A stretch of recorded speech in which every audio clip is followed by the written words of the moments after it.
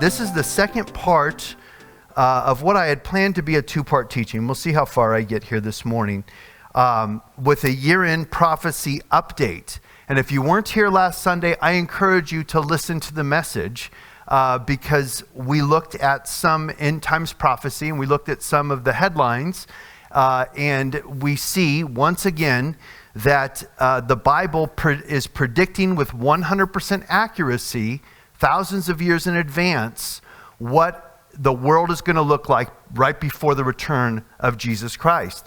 And the closer we get to the return of Christ, we're now 1 year closer to the return of Jesus as we just started a new year, we begin to see more and more of these Bible prophecies come into clear vision, clear focus, and we begin to see that these things are taking place, whether we realize it or not, right now, right before our eyes. I literally could probably do 10 different sermons from current events, matching them up with the Bible, that would blow your mind. But we're not going to spend that much time on this subject. We have to teach through the Bible here. But so this is the second part of a year-end prophecy update that I have entitled "Behold, I Come Quickly," as we look at and for the imminent return of Jesus Christ to the earth. I've entitled this message specifically, Iran, Asteroids, and Armageddon.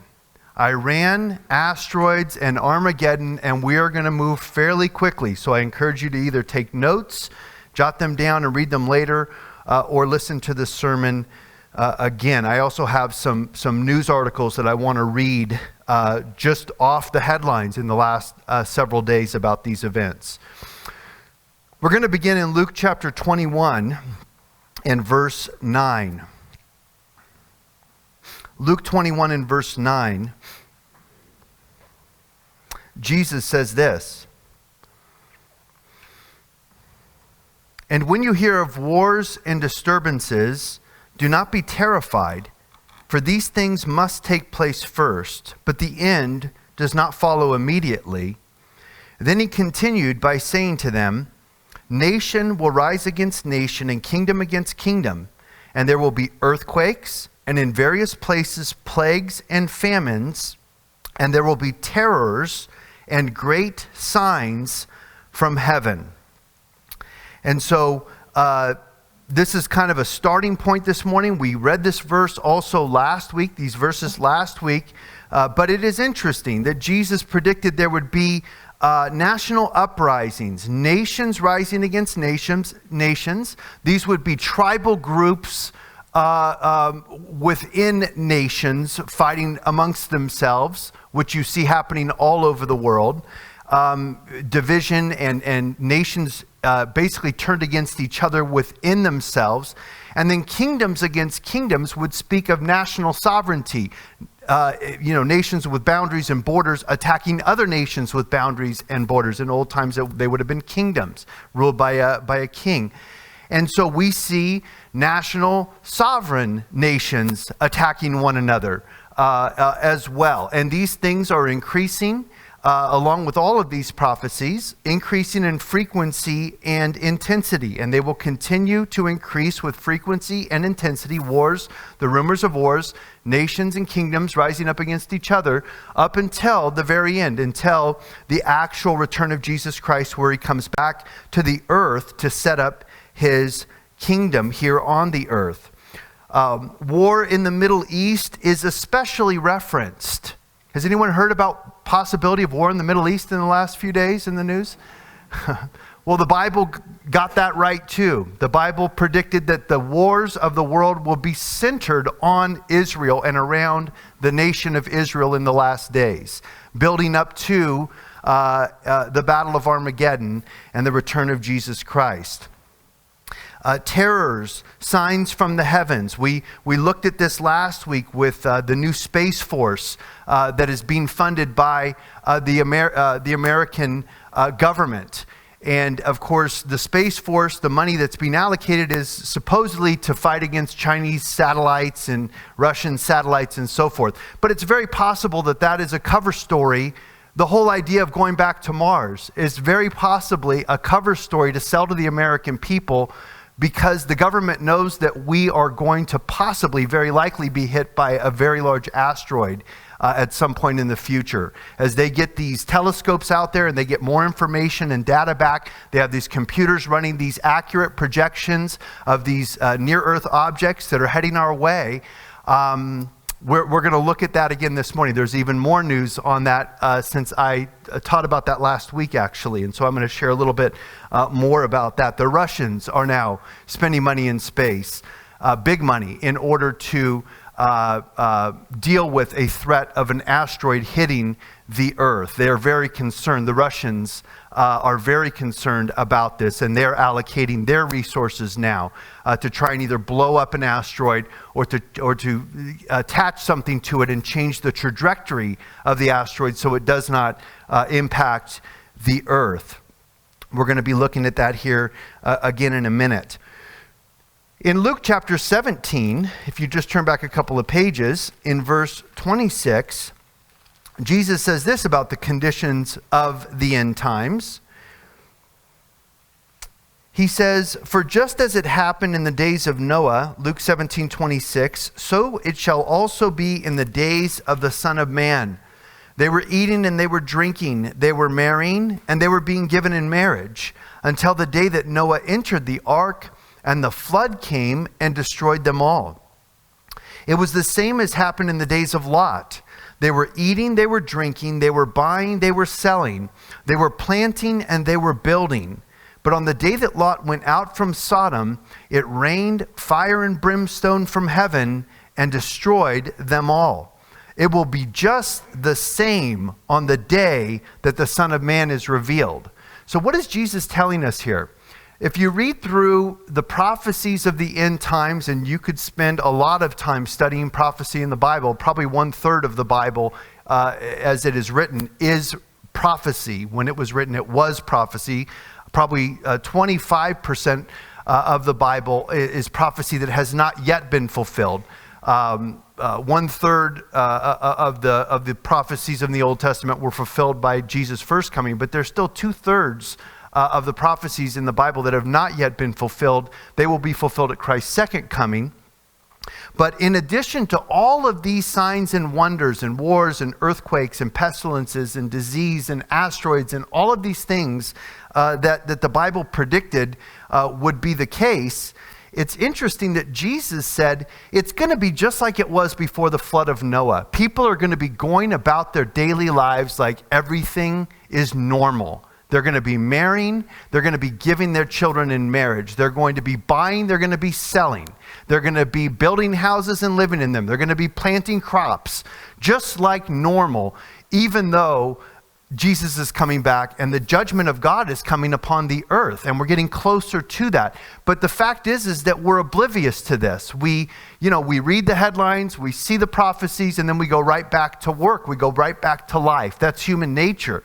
And Jesus is saying that's going to be one of the indications that you're living in the last days, right before I return, is everything's going to seem fairly normal until it's not normal anymore, until people are running into the caves and the rocks, crying out to the rocks to hide them from the wrath of the Lamb who is to come. And the whole earth is burning with fire, and the oceans all the sea life in the oceans are dead, and the waters are poisoned. The global warming, you talk about global warming, it's going to be so warm and so hot during the Great Tribulation period. Revelation tells us that people are going to be gnawing at their tongues because of thirst and because of the heat, and they're going to be cursing God because of the heat of the sun. So yeah, the Bible even predicted global warming 2,000 years before anybody even thought of that. This stuff is happening. The Bible predicted it was going to happen, and yet life goes on. Everybody just goes about their daily business. Hopefully not in the church. Hopefully the church is awake and the church is aware that we are getting ever closer to the imminent return of Jesus Christ. In Matthew chapter 24, again, a parallel in the Olivet Discourse to Luke chapter 17 and Luke chapter 21, Jesus says this in Matthew chapter 24, verses 6 through 8. He says, "For you will be hearing of wars and rumors of wars. See that you are not frightened, for these things must take place, but that is not yet the end. For nation will rise against nation, and kingdom against kingdom, and in various places there will be famines and earthquakes. But all these things are merely the beginning of birth pangs." What does that mean? That's a clue to prophecy and understanding prophecy. Jesus tells us that these things, these signs, these events that are going to happen, that are very specific things that are predicted in the Bible to happen in the last days, are going to be coming like the labor pains of a woman ready to give birth to a child. That means that they are going to come with greater frequency and intensity. What do we see happening? We see these things happening around the world with greater frequency and greater intensity. Even the atheist scientists are telling us that this is the case. Greater frequency, it's happening more often. More intensity, it's more severe. And so as we get closer to the return of Christ, these events, these signs are going to be coming with greater frequency and intensity, like the birth pangs of a woman. Now in verse 30, verse 29 rather, Jesus says, "But immediately after the tribulation of those days, the sun will be darkened, the moon will not give its light, and the stars will fall from the sky, and the powers of the heavens will be shaken, and then the sign of the Son of Man will appear in the sky."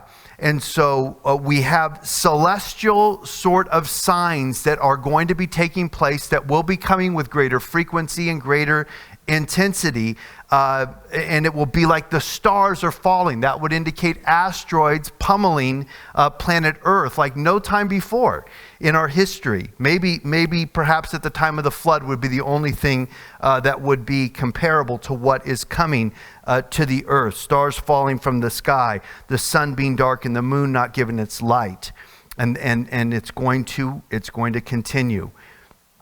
Last week we looked at the asteroid Apophis, and we also looked in the book of Revelation to show that there are specific prophecies of planet Earth being pummeled by celestial objects, near-Earth objects that are going to actually collide with planet Earth.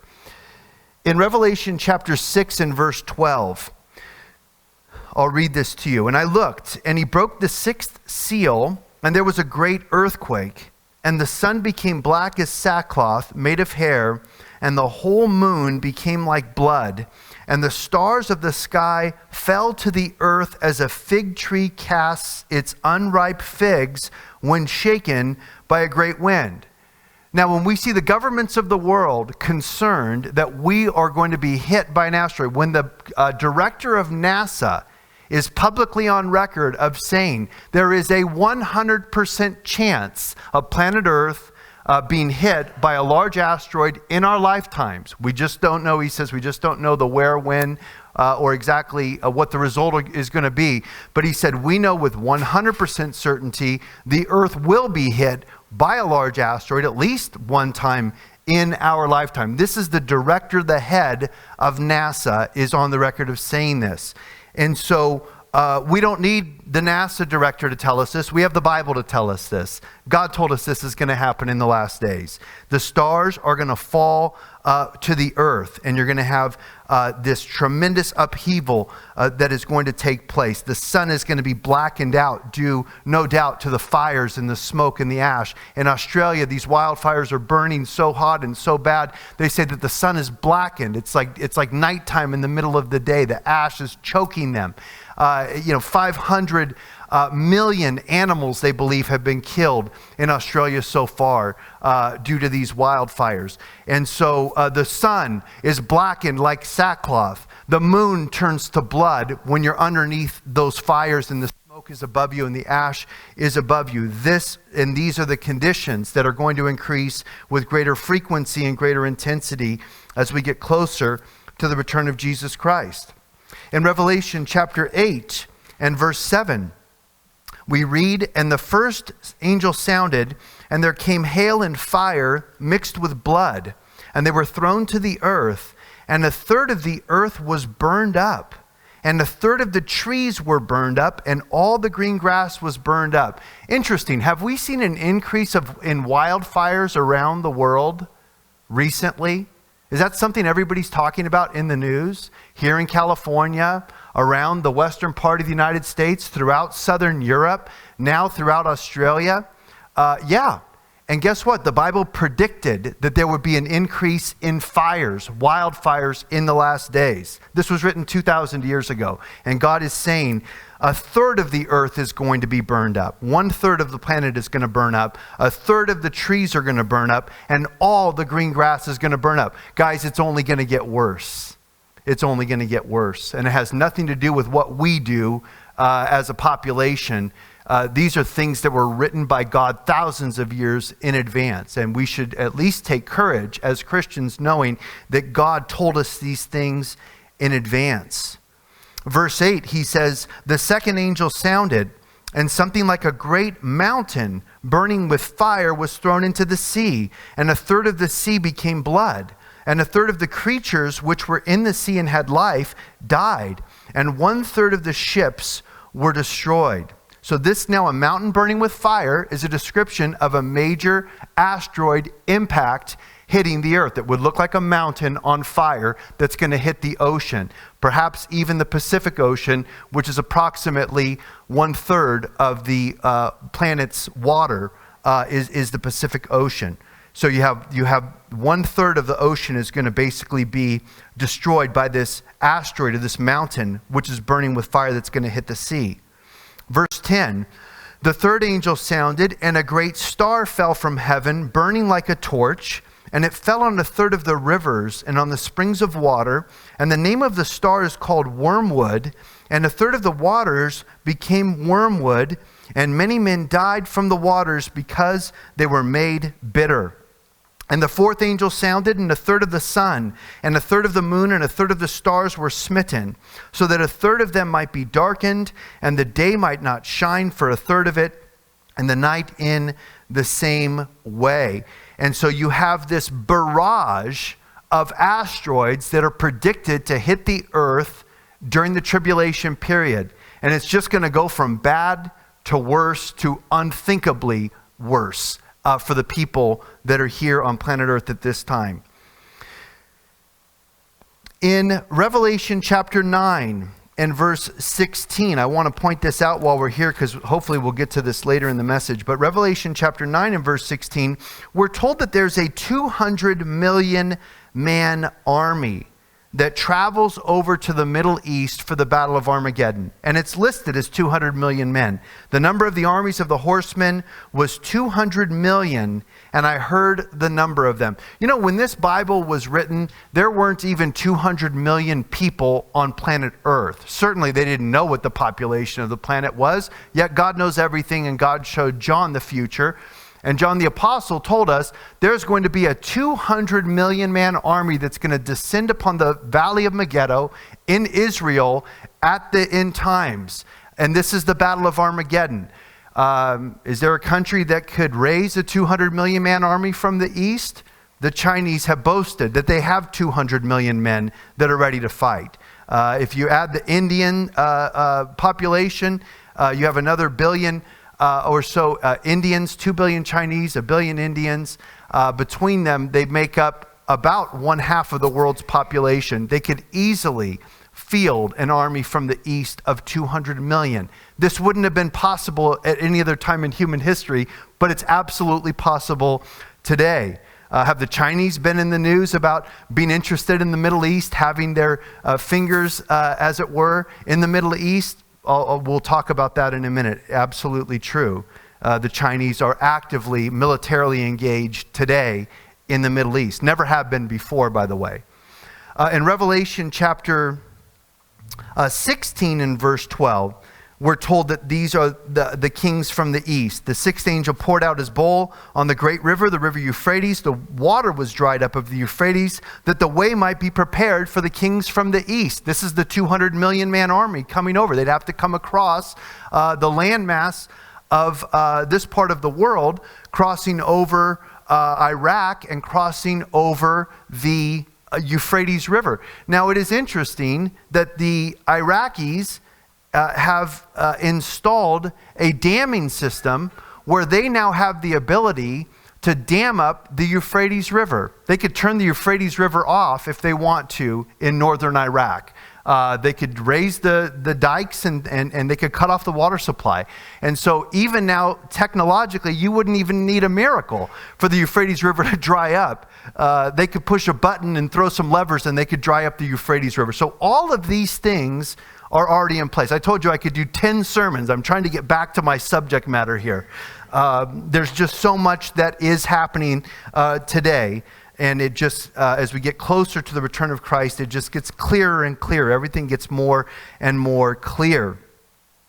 Now, regarding asteroids, we talked about this last week. I want to read a couple of articles that I read this week after I taught about asteroids last week. And I don't claim to be a prophet, but I will tell you, I taught about the earthquakes about a month before we had that 7.2 or 7.4 earthquake in Ridgecrest. If you go back and look at the sermons from June, we did a teaching on June 7th or 8th, something like that, about what the Bible talked about is earthquakes coming with greater frequency and intensity, and then we had a big earthquake about 30 days later.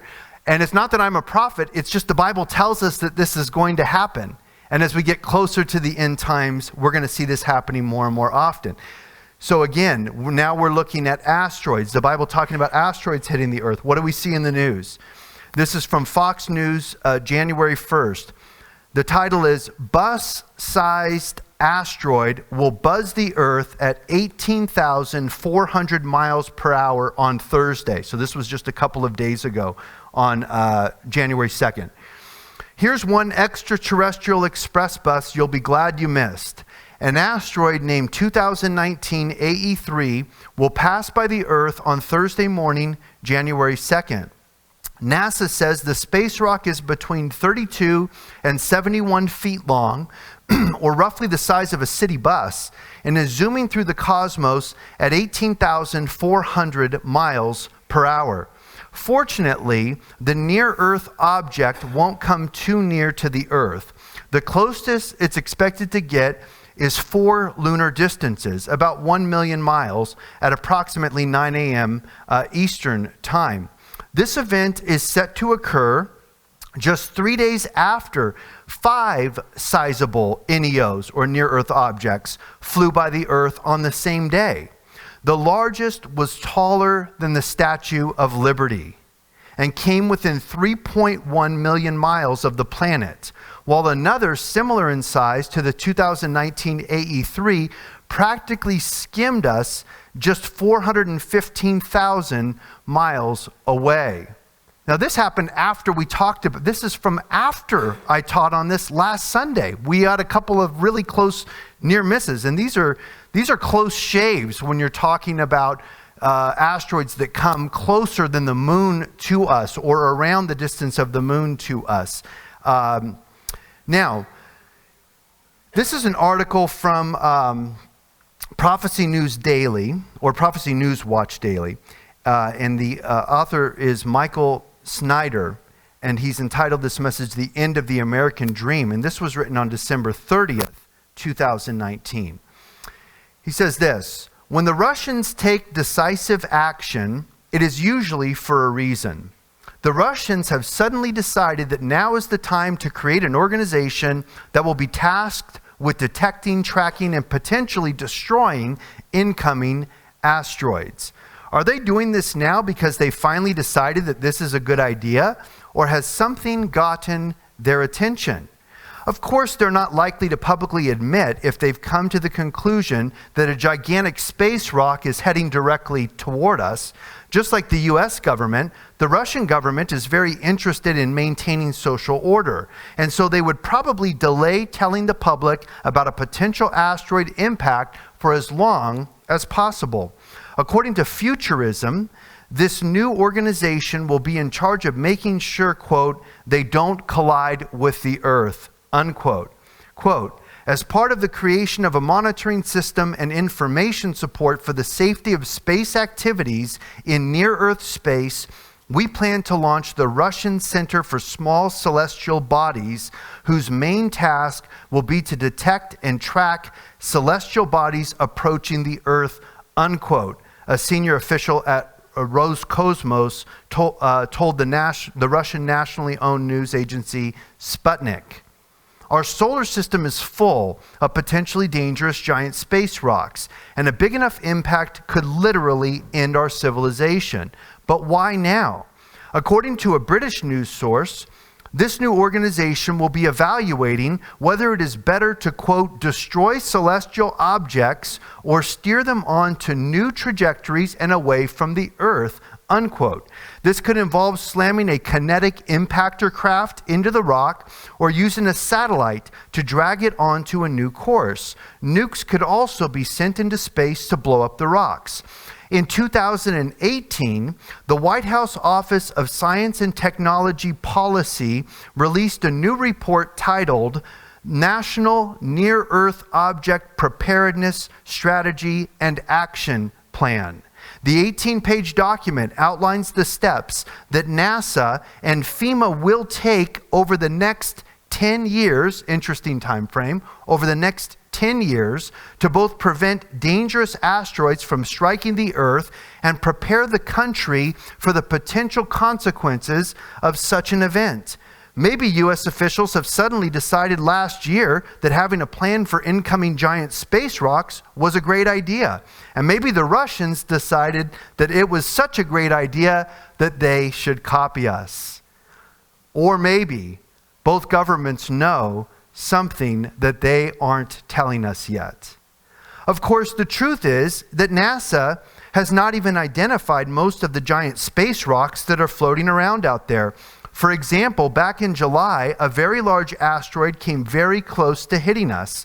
A 427-foot wide asteroid whizzed within 45,000 miles of Earth on Thursday.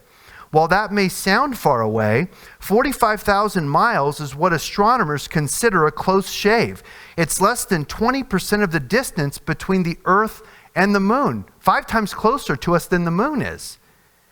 If that asteroid had actually hit our planet, it would have been the worst disaster that any of us have ever seen by a very wide margin. And according to leaked emails, officials at NASA only knew about it the day before it whizzed by us. Traveling at 55,000 miles an hour and measuring 426 feet by 187 feet, NASA only realized 2019 OK was coming 24 hours before it passed. That's another asteroid that almost hit us. Experts say that had it hit, it would have devastated an entire city like London with over 30 times the energy of the atomic blast at Hiroshima. So the truth is that we could be hit by a giant space rock at any time, and none of us may have any idea that it is even coming. With that being said, there are a couple of enormous asteroids that scientists do know about that could potentially be major problems over the next decade. 2007 FT3. Not much is known about this asteroid, but apparently there's a chance that it may hit the planet on October 2nd, 2024. In the case of 2007 FT3, Sentry reported that the asteroid could hit the Earth between the years 2024 and 2116. During these years, Sentry recorded a total of 164 potential Earth impacts caused by the asteroid. As noted by the monitoring system, there's a chance that 2007 FT3 might hit the planet on October 2nd, 2024. By the way, Rosh Hashanah begins on the evening of October 2nd, 2024. According to NASA, this asteroid would hit at a speed of approximately 46,000 miles per hour. And it would create a crater that's several miles long. Based on the data collected by Sentry, the asteroid has an estimated diameter of about 1,115 feet, which makes it almost as tall as the Empire State Building. The energy that will be released from the asteroid's explosion would be powerful enough to level an entire city as well as its neighboring areas. On April 13th, 2029, which, by the way, is a Friday the 13th of 2029, April 13th, 2029, it is being projected that the asteroid Apophis will pass by our planet at a distance that is 10 times closer to us than the moon. The following comes from Wikipedia. Quote, the closest known approach of Apophis comes on April 13th, 2029, when the asteroid comes to within a distance of around 31,000 kilometers from the Earth's surface. The distance is a hair's breadth in astronomical terms. It is 10 times closer than the moon and even closer than some of our man-made satellites. It will be the closest asteroid of its size in recorded history. On that date, it will become visible to the naked eye from rural as well as darker suburban areas, visible with binoculars from most locations. The close approach will be visible from Europe, Africa, and Western Asia, which means that they will certainly see it in Jerusalem and in Israel, which is always God's focal point when it comes to prophecy. NASA insists that it will not actually hit us, but other independent researchers are skeptical. Over in Russia, they are so concerned about this asteroid that they have, quote, developed intercontinental ballistic missiles that aim to destroy asteroid Apophis, unquote. It measures 210 to 330 meters or 690 to 1,080 feet in diameter. According to a Slate article by astronomer Phil Plait, an encounter with the Earth would mean not so fun times for our planet. Quote, it would release the energy equivalent to more than 1 billion tons of TNT exploding, at least 20 times more than the largest nuke ever detonated, unquote. Russian scientists have also warned that Apophis could have hundreds of opportunities to hit the Earth over the course of the next century. But for now, both American and Russian scientists are assuring us that everything is just fine and there's no reason to panic. Do you believe them? Maybe they're telling us the truth. Maybe there's nothing to be concerned about at all. But of course, both governments have a long track record of being loose with the truth, and it wouldn't be much of a surprise at all if they weren't exactly being straight with us. So this is an article after I taught about this last Sunday. These two articles, and there's more, of course, that we could look at on this subject, but we're going to move on. Interesting. Watch the skies. You know, Betelgeuse is a star that's either already exploded or that may be exploding. And this is something that's also very interesting. We touched on this last week. It is in the Orion constellation. It's one of the brightest stars in our sky, and now it's dim. You can hardly see it at the shoulder of Orion in the sky. And scientists are telling us that this star is dying or it's already dead, and it's likely going to explode or has already exploded, and it will be like having two suns during the daytime. We will have two suns. It will be bigger than a full moon at night as we see the explosion of this star, and the scientists are very excited about this because we've never seen a star explode in history before. This is the first time. Interesting that this is the first time a star explodes in recorded history. All these things are the first time in recorded history that they're happening as we get closer to the return of Jesus Christ. Scientists are also very concerned about the rotation of the Earth on its axis. They say that the Earth is wobbling in an unusual way. It is wobbling on its axis in a way we've never seen before.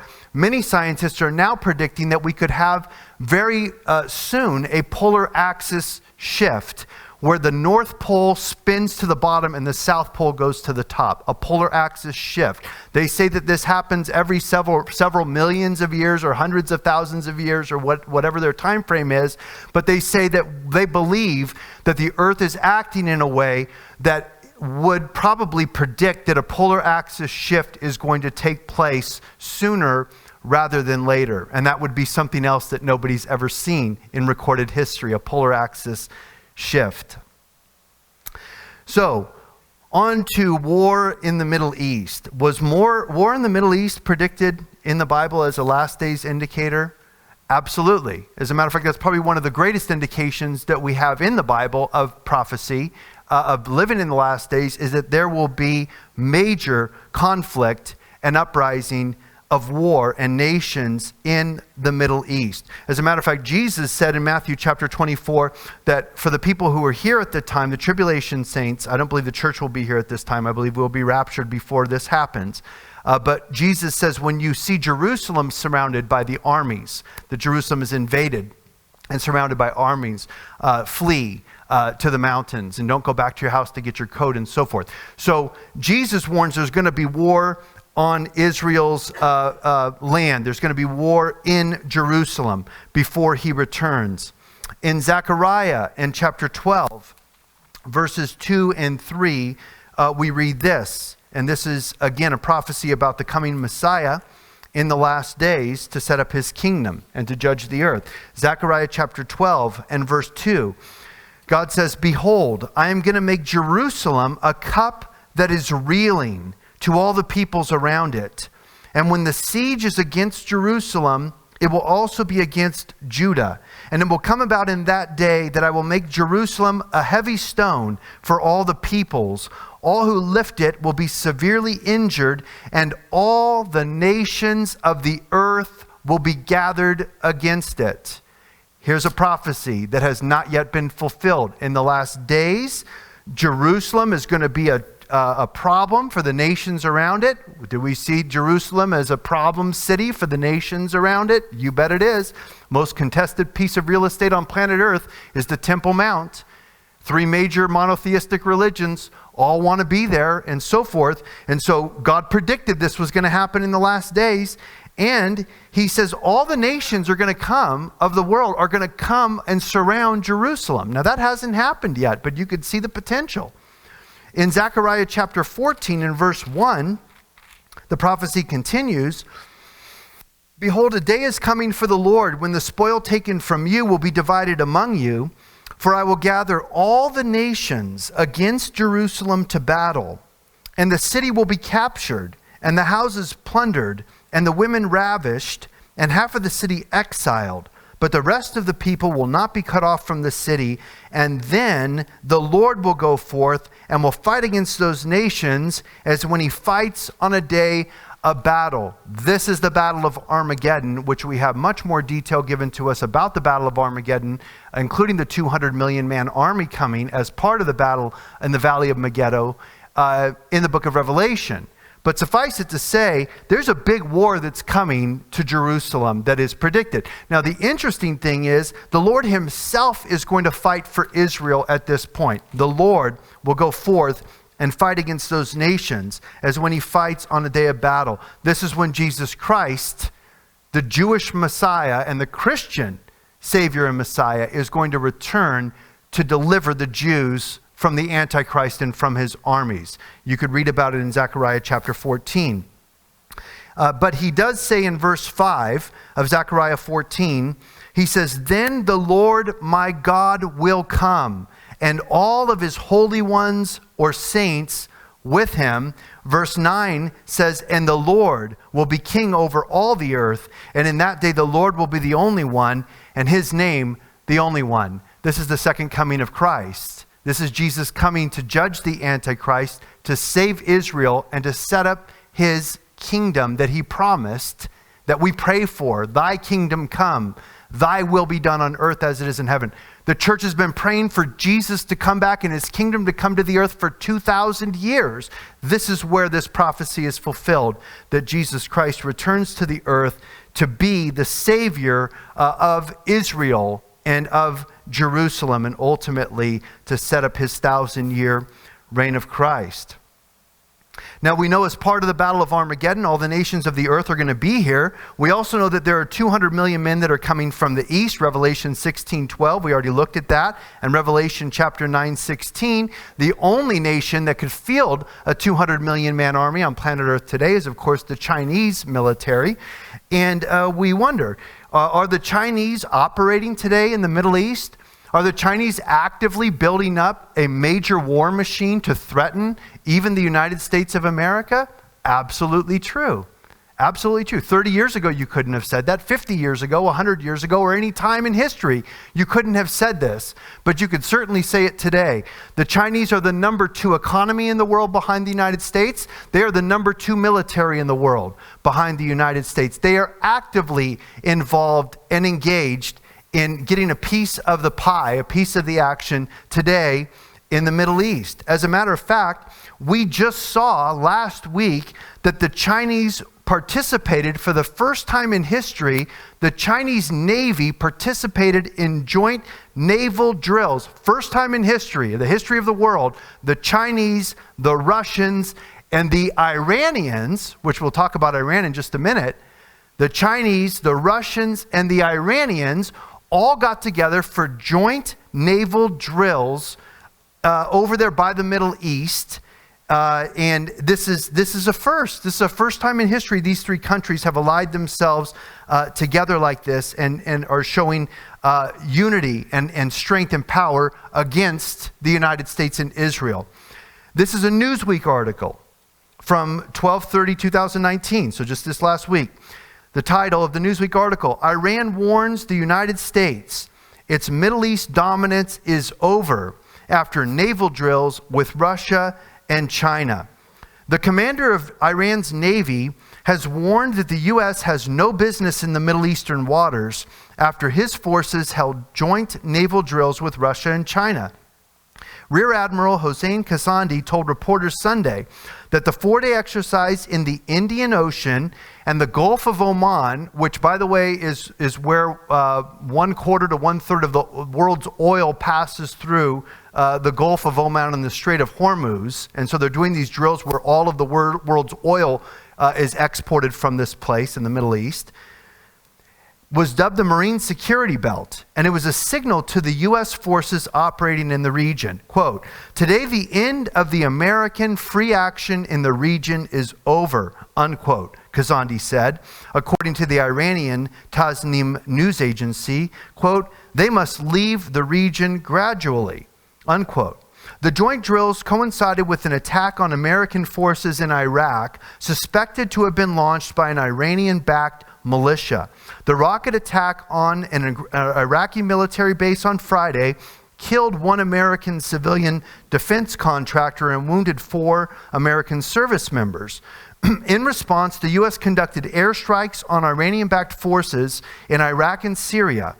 Khanzadi said Sunday that U.S. forces were not needed in the region. Quote, regional countries themselves can ensure security together. The presence of Americans only creates insecurity in the region, he added. The Rear Admiral suggested that Iran's friends would be reassured by the exercises, while its adversaries should take the drills as a warning. He also said that he hoped more regional nations would join future Iranian exercises. Quote, we believe that maritime security definitely needs collective action, unquote. The Gulf of Oman is separated from the Persian Gulf by the Strait of Hormuz. Around 1/5 of the world's oil passes through this strait, making it a key strategic location and a dangerous flashpoint between Iran, its neighbors, and U.S. forces which are deployed to the region. Beyond the Gulf of Oman lies the Indian Ocean, which provides important international trade routes to Asia. The U.S. has established the International Maritime Security Construct based in Bahrain to help secure the strategically vital waterways in the region. The initiative was launched after multiple tankers were attacked in the Persian Gulf. American officials accused Iran of being behind these attacks, as well as a sophisticated strike on a key Saudi Arabian oil infrastructure. These incidents prompted the White House to send thousands more American troops to the region to guard against Iranian aggression. Now, the Chinese are right there in the midst of this, and so the Russians and the Iranians also participated in this drill. Now, does the Bible, do you think, have anything to say about the nation of Russia and the nation of Iran being involved in war in the Middle East in the last days? Coincidentally, yes, it does. The Bible predicted that Russia, Iran, and Turkey would be allied together in a confederacy. Again, for the first time in history, these three nations uniting with some other nations there around North Africa and the Middle East. The Bible predicted 2,600 years earlier that this was going to happen in these last days, and even specifically names these nations as being participants. In Ezekiel chapter 36, we read this. Ezekiel chapter 36, and again, Ezekiel was written probably 550 years before Christ. So this is a 2,500-year-old prophecy at least, maybe closer to 2,600-year-old prophecy in the Old Testament. Ezekiel 36 verse 17 says this: Son of man, when the house of Israel was living in their own land, they defiled it by their ways and their deeds. Their way before me was like the uncleanness of a woman in her impurity. Therefore, I poured out my wrath on them for the blood which they had shed on the land, because they had defiled it with their idols. Also, I scattered them among the nations, and they were dispersed throughout the lands. According to their ways and their deeds, I judged them. When they came to the nations where they went, they profaned my holy name, because it was said of them, These are the people of the Lord, yet they have come out of his land. Verse 21, But I had concern for my holy name, which the house of Israel had profaned among the nations where they went. So God predicted that the Jews would be driven out of the Holy Land, which they were in 70 AD, and ultimately 132 AD. It was illegal to be a Jew in the Holy Land. You had to leave. And they were dispersed throughout the whole world for almost 2,000 years, until 1948, after the Holocaust, when the nation of Israel was reborn. God predicted that this was going to happen thousands of years in advance. He was going to scatter the nation of Israel to all the nations of the world and disperse them as a punishment for worshiping idols and offering human sacrifice in their land. But that's not the end of the story. Verse 24, God says, For I will take you from the nations. I will gather you from all the lands, and I will bring you back into your own land. Then I will sprinkle clean water on you. You will be clean. I will cleanse you from all your filthiness, from all your idols. Moreover, I will give you a new heart and put a new spirit within you. I will remove the heart of stone from your flesh and give you a heart of flesh. I will put my spirit within you and cause you to walk in my statutes. You will be careful to observe my ordinances, and you will live in the land that I gave to your forefathers, so that you will be my people and I will be your God. So God predicted he was going to disperse them out of the land of Israel, which he did so in 70 AD and ultimately completely in 132 AD under Emperor Hadrian, the Roman emperor. And then he says, I'm going to bring you back to your land, which is what he did in 1948. And the Jews are now back in their homeland in fulfillment of these prophecies, exactly as God said it would happen. In Ezekiel chapter 37, the next chapter, verse 11, we have the dry bones prophecy, which is a resurrection of the nation of Israel from the dead. Then he said to me, Ezekiel 37:11, Son of man, these bones are the whole house of Israel. Behold, they say, our bones are dried up, our hope has perished, we are completely cut off. Therefore prophesy and say to them, Thus says the Lord God, Behold, I will open your graves and cause you to come up out of your graves, my people, and I will bring you into the land of Israel. Then you will know that I am the Lord, when I have opened your graves and caused you to come up out of your graves, my people, and I will put my spirit within you, and you will come to life, and I will place you on your own land. You will know that I, the Lord, have spoken and done it. Now it is interesting that the vision that God had showed the prophet was a valley of dry bones. In verse 1 he says, it was a valley full of bones. And he caused me to pass among around about, and behold, there were very many on the surface of the valley, and lo, they were very dry. And God said to me, Son of man, can these bones live? And I answered, O God, thou knowest. Now when you see the pictures of the Holocaust, and you see the pictures of the human remains, carcasses of millions of Jews stacked like cordwood on top of one another. Is it possible that God showed Ezekiel a vision of the Holocaust, the dry bones of the nation of Israel? This is the whole house of Israel, nothing but a pile of dry bones. And asked Ezekiel, can these bones live? Is there any way a nation could survive what the Jews went through under Hitler and that wicked regime in Europe? Is there any possibility that this nation can survive and come back into its homeland after they were annihilated, obliterated? Hitler said he wanted to exterminate the Jews like a cancer, like a plague from planet Earth, and he was almost successful in doing that throughout Europe. He wouldn't have stopped in Europe. He would have gone to the rest of the world to find all the Jews and kill every last one of them. That was his stated goal. Can a nation recover from this? Is there any way these bones can live, Ezekiel? And then he said, prophesy to the bones. And he says, I am going to resurrect these bones, and these bones represent the whole nation and the house of Israel. We see all of this happening, guys, in our lifetime.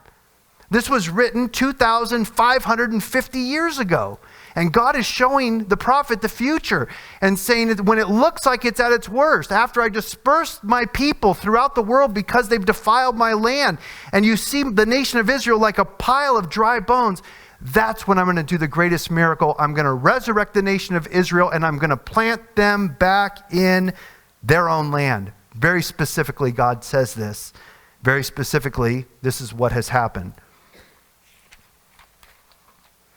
Now, prophetically, after this happens, Ezekiel 36, I'm going to disperse you among the nations and bring you back. Ezekiel 37, the nation of Israel is going to look like a pile of dry bones. I'm going to resurrect the dry bones. They're going to become great again and powerful, and I'm going to put them back in their land. You turn the page chronologically to Ezekiel chapter 38. Chronologically, after this happens, the dispersion, the Holocaust, the planting and the resurrection of the nation back in the Holy Land, the next thing that happens prophetically in this prophecy is that Israel is invaded by Russia, Iran, and Turkey. In Ezekiel chapter 38 and verse 3, thus says the Lord God, behold, I'm against you, O Gog, prince of Rosh, Meshech, and Tubal. I will turn you about. I will put hooks in your jaws. I will bring you out and all your army, horses and horsemen, all of them splendidly attired, a great company with buckler and shield, all of them wielding swords. Persia. Persia is another name for which country, class? Iran. Iran has only been a nation called Iran since 1979. Before that, all of human history, they were called Persia. And they were actually a friend of the Jews. Persia was always a friend to the Jews. Always, until the revolution, the Islamic Revolution, and the Shah was pushed out and the Ayatollah came in and established an Iranian Muslim caliphate, basically, and Sharia law and so forth.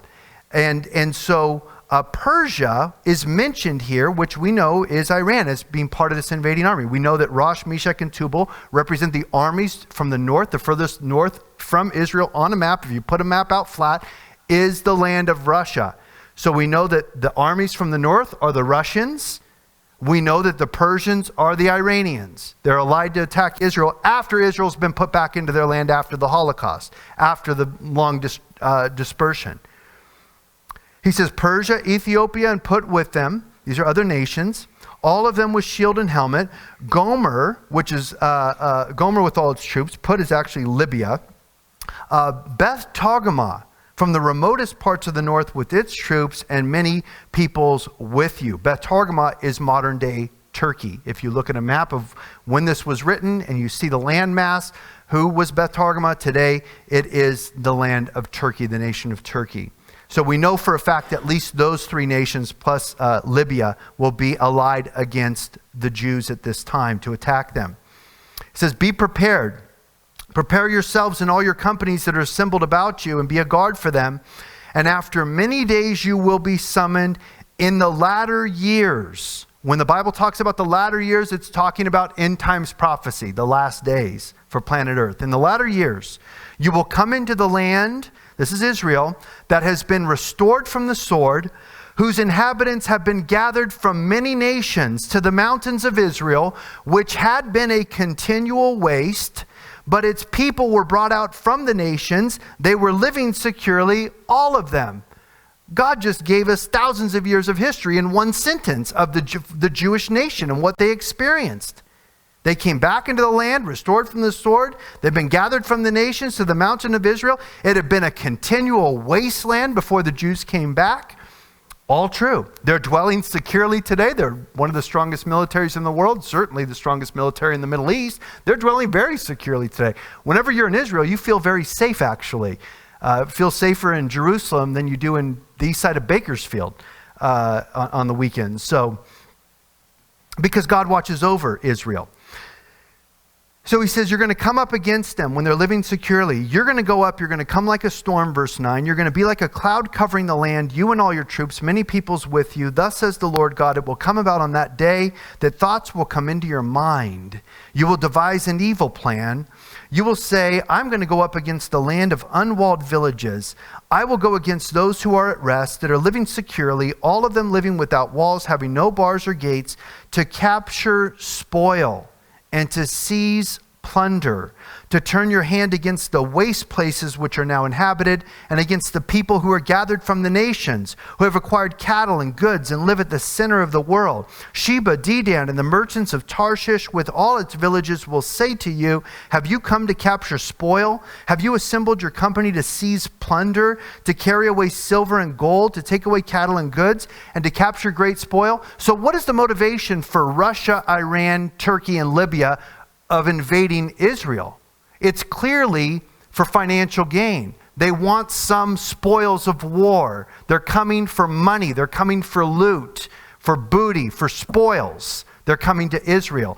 Now, is there anything in Israel that would be of value that the nations of the world that are just holding a joint naval exercise right around the corner that the world powers might be interested in seizing? Well, coincidentally, Israel has just began production of the largest oil and gas field in the whole area in the Mediterranean Sea, called the Leviathan gas field. This is an article from Reuters. Israel's Leviathan gas field begins production. This is December 31st, guys. This just happened last week. All of this is in the last week. Every article I'm quoting from today is in the last 7 days in the headline news. This is Reuters, December 31st. Israel's Leviathan gas field begins production. Israel's offshore Leviathan natural gas field has begun production. The company's running the project said on Tuesday after numerous delays pushed off operations in the past weeks.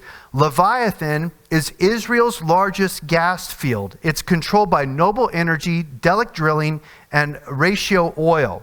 The delivery of gas from the project will effectively double the amount of Israeli-produced gas, the company said in a statement. The field's discovery in 2010 helped turn Israel into a potential energy exporter. The project's partners have already signed major multi-billion-dollar export deals to Egypt and Jordan. Gas exports are expected to begin in the coming weeks. So Israel is not only now independent of needing to get natural gas from other countries, Muslim countries. They can supply their own needs. They are now going to be an exporter, not just into Jordan, not just into Egypt. They are working to build a pipeline into southern Europe as we speak to sell gas to the Europeans. Well, guess who sells gas to the Europeans right now, guys? The Russians. Europe gets half of their natural gas or more from the Russians even to this day.